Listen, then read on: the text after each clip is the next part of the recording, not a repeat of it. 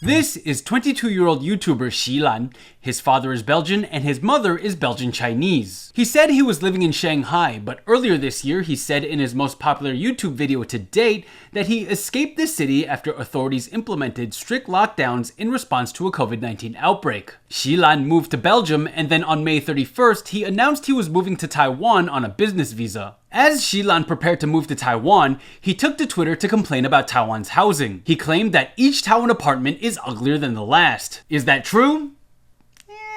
I think everyone has different tastes and aesthetics, and we're all used to different things, so who's to say Ceylan is wrong? But Ceylan may have come off a little picky and snobbish considering his budget. On the low end, you can find something for as little as 6,000 new Taiwan dollars, which is about $200 a month. And that's the priciest city in the country, Taipei. Sure, for something that cheap, it's not going to be pretty, but the option is there. I would say you can find very comfortable accommodation in Taipei for about 20,000 new Taiwan dollars a month per person, or around $600. The thing about Ceylan is, he said his budget ranged from 150,000 to 200,000 new Taiwan dollars, which is 10 times my budget for finding a place to stay. Some people pointed out that with that kind of money, Ceylan can just shack up in a 5-star hotel and call it a day. All that aside though, I will say houses in Taiwan can get weird, bizarre, and downright terrifying. Look no further than the Facebook page Rental Madness Taiwan, where people post interesting housing finds in Taiwan.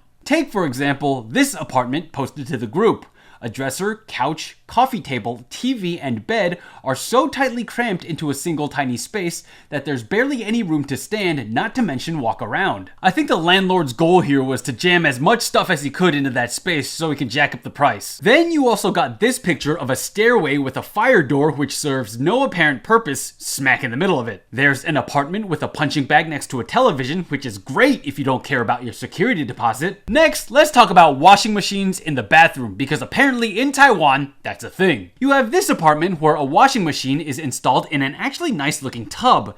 If you're the type to enjoy soaking more than rinsing, well then there's also an apartment where the washing machine comes in the shower and not the bathtub. There's also this one where the bathroom is separated by a sliding glass door because, you know, privacy was so last century. If you're the musical type, there's an apartment that has a piano next to the toilet. Speaking of toilets, if you're the kind of person who wants some company when you go to the bathroom, then never fear, because this apartment has a toilet where the inside of the seat has a picture of a woman smiling at you.